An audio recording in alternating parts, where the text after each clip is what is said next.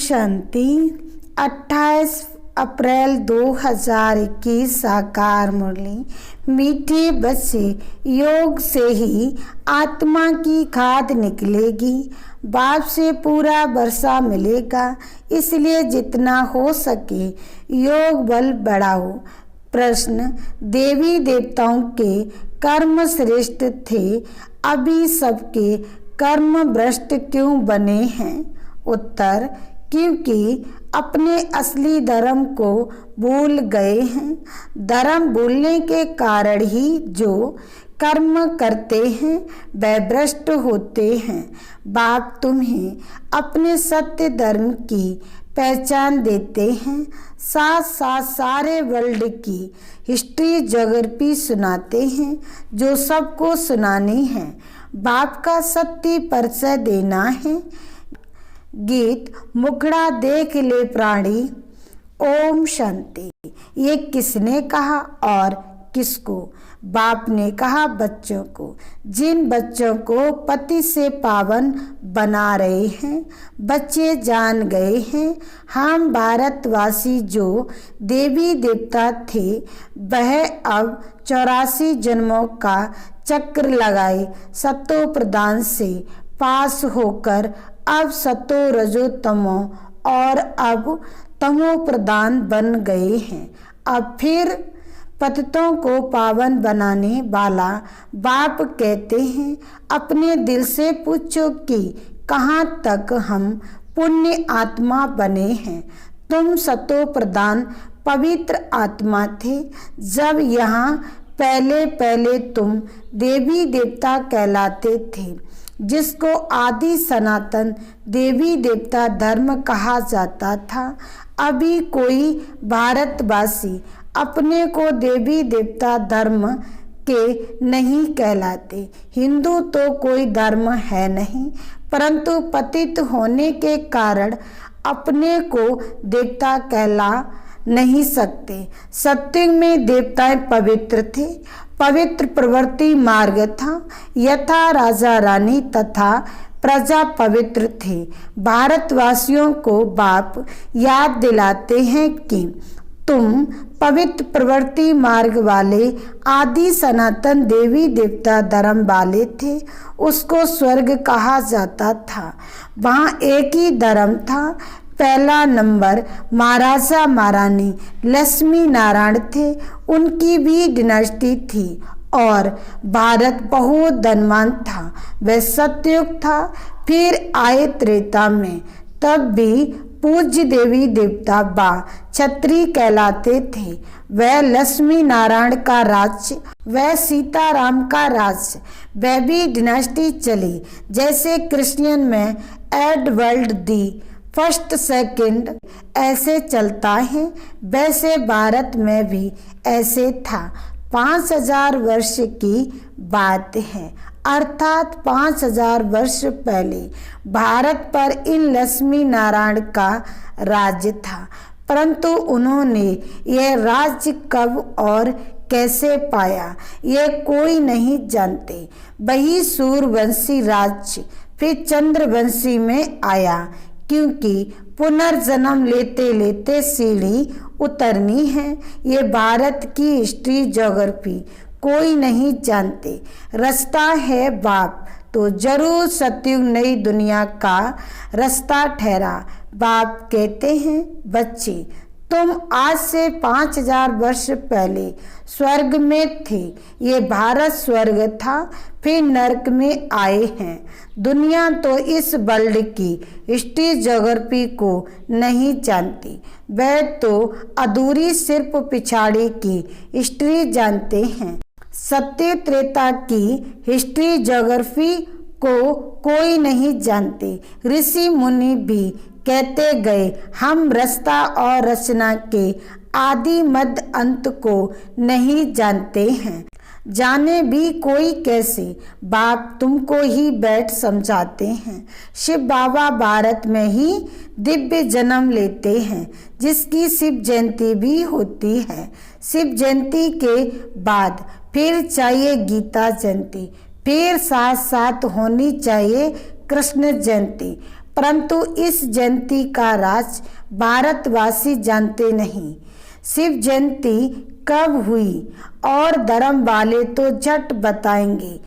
बुद्ध जयंती कृष्ण जयंती कब हुई? भारतवासियों से पूछो शिव जयंती कब हुई, कोई नहीं बताएंगे। शिव भारत में आया, आकर क्या किया, कोई नहीं जानते। शिव ठहरा सब आत्माओं का बाप, आत्मा है अविनाशी। आत्मा एक शरीर छोड़ दूसरा लेती है, ये 84 का चक्र है। शास्त्रों में तो 84 लाख जन्म का गपोड़ा लगा दिया है। बाप आकर राइट बात बताते हैं। बाप के सिवाय बाकी सब रास्ता और रचना के लिए झूठ ही बोलते हैं, क्योंकि यह है ही माया का राज। पहले तुम पारस बुद्धि थे, भारत पारसपुरी था, सोने हीरे जवाहरातों के महल थे। बाप बैठ रास्ता और रचना के आदि मध्य अंत का राज अर्थात दुनिया की हिस्ट्री ज्योग्राफी बताते हैं। भारतवासी ये नहीं जानते कि हम सो पहले पहले देवी देवता थे, अभी पतित कंगाल रिलीजियस बन गए हैं, अपने धर्म को भूल गए हैं। यह भी ड्रामा अनुसार होना है, तो यह वर्ल्ड की हिस्ट्री ज्योग्राफी बुद्धि में आनी चाहिए ना।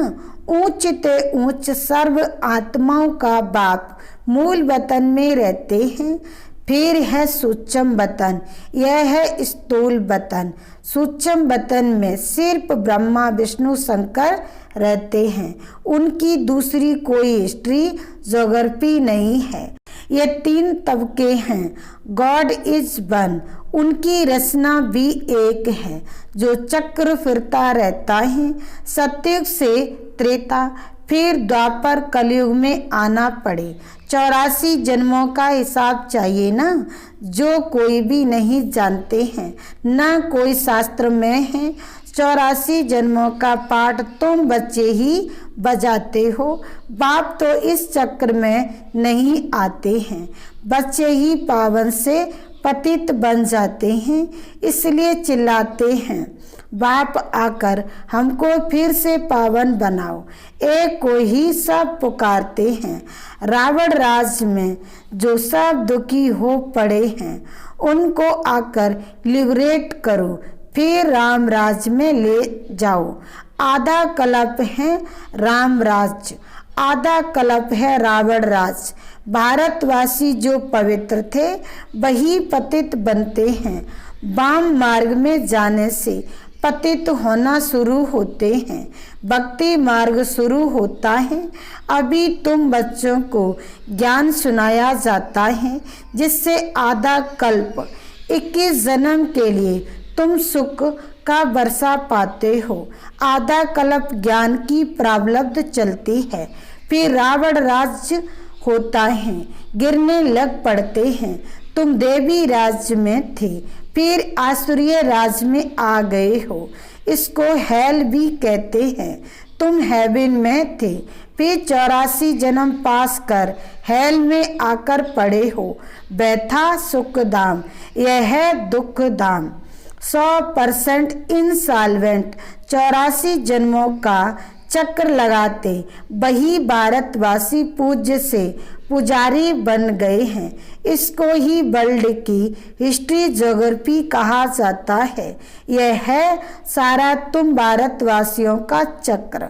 और धर्म वाले तो 84 जन्म नहीं लेते हैं, वह सत्य में होते ही नहीं। सत्ययुग त्रेता में सिर्फ भारत ही था, सूर्यवंशी चंद्रवंशी, फिर वैश्यवंशी शूद्रवंशी। अभी फिर तुम आकर ब्राह्मण वंशी बने हो, देवता वंशी बनने के लिए। यह है भारत के वर्ण। अभी तुम ब्राह्मण बनने से शिव बाबा से वर्षा ले रहे हो, बाप तुमको पढ़ा रहे हैं। 5000 वर्ष पहले माफिक कल्प कल्प तुम पावन बन फिर पतित बनते हो। सुख धाम में जाकर फिर दुख धाम में आते हो, फिर शांति धाम में जाना है, जिसको निराकारी दुनिया कहा जाता है। आत्मा क्या है, परमात्मा क्या है, यह कोई भी मनुष्य नहीं जानते हैं। आत्मा भी एक स्टार बिंदी है। कहते हैं वृक्ति के बीच में सितारा चमकता है, छोटी सी बिंदी है जिसको दिव्य दृष्टि से देखा जा सकता है। वास्तव में स्टार भी नहीं कहा जाए, स्टार तो बहुत बड़ा है, सिर्फ दूर होने के कारण छोटा दिखाई पड़ता है। यह सिर्फ एक मिसाल दिया जाता है। आत्मा इतनी छोटी है जैसे ऊपर में स्टार छोटा दिखाई पड़ता है। बाप की आत्मा भी एक बिंदी मिसल है। उनको सुप्रीम आत्मा कहा जाता है। उनकी महिमा अलग है। मनुष्य सृष्टि का चैतन्य बीज रूप होने के कारण उनमें सारा ज्ञान है। तुम्हारी आत्मा को भी अभी नॉलेज मिल रही है। आत्मा ही नॉलेज ग्रहण कर रही है। इतनी छोटी बिंदी में 84 जन्मों का पाठ नूंदा हुआ है, सो भी अविनाशी 84 जन्मों का चक्र लगाते आए हो। इसकी एंड हो नहीं सकती। देवता थे, दैत्य बने, फिर सो देवता बनना है। ये चक्र चलता आया है। बाकी तो सब हैं बाई प्लाट। इस्लामी बौद्धि आदि कोई 84 जन्म नहीं लेते हैं। यही सत्युग भारत में राइटियस सालवेंट था, फिर 84 जन्म ले विशेष बने हैं। ये विशेष वर्ल्ड है। 5000 वर्ष पहले प्योरिटी थी, पीस भी थी, प्रॉस्पेरिटी भी थी। बाप बच्चों को याद दिलाते हैं मुख्य है प्योरिटी। इसलिए कहते हैं विशेष को बायसलेस बनाने वाले आओ, वही सतगति देने वाला है। इसलिए वही सतगुरु है। अभी तुम बाप द्वारा बेगर टू प्रिंस बन रहे हो, अर्थात नर से नारायण, नारी से लक्ष्मी बनते हो। तुम्हारा यह राजयोग है। भारत को ही अब बाप द्वारा राजाई मिलती है। आत्मा ही 84 जन्म लेती है। आत्मा ही पढ़ती है शरीर द्वारा, शरीर नहीं पढ़ता। आत्मा संस्कार ले जाती है। मैं आत्मा इस शरीर द्वारा पढ़ती हूँ। इसको देही अभिमानी कहा जाता है। आत्मा अलग हो जाती है तो शरीर कोई काम का नहीं रहता है। आत्मा कहती है अब मैं पुण्य आत्मा बन रही हूँ। मनुष्य देह अभिमान में आकर कह देते हैं यह करता हूँ। तुम अभी समझते हो हम आत्मा हैं, यह हमारा शरीर बड़ा है। परमात्मा बाप द्वारा मैं आत्मा पढ़ रही हूँ। बाप कहते हैं माँ में कम याद करो, तुम गोल्डन एज में सतो प्रधान थी, फिर तुम्हारे में अलाय पड़ी है। खाद पढ़ते पढ़ते तुम पावन से पतित बन पड़े हो, अब फिर पावन बनना है। इसलिए कहते हैं हे पतित पावन आओ, आकर हमको पावन बनाओ। तो बाप राय देते हैं हे पतित आत्मा, मुझ बाप को याद करो तो तुम्हारे से खाद निकलेगी और तुम पावन बन जाएंगी। उनको प्राचीन योग कहा जाता है। इस याद अर्थात योग अग्नि से खाद भस्म होगी। मूल्य बात है पति से पावन बनना। साधु संत आदि सब पतित हैं।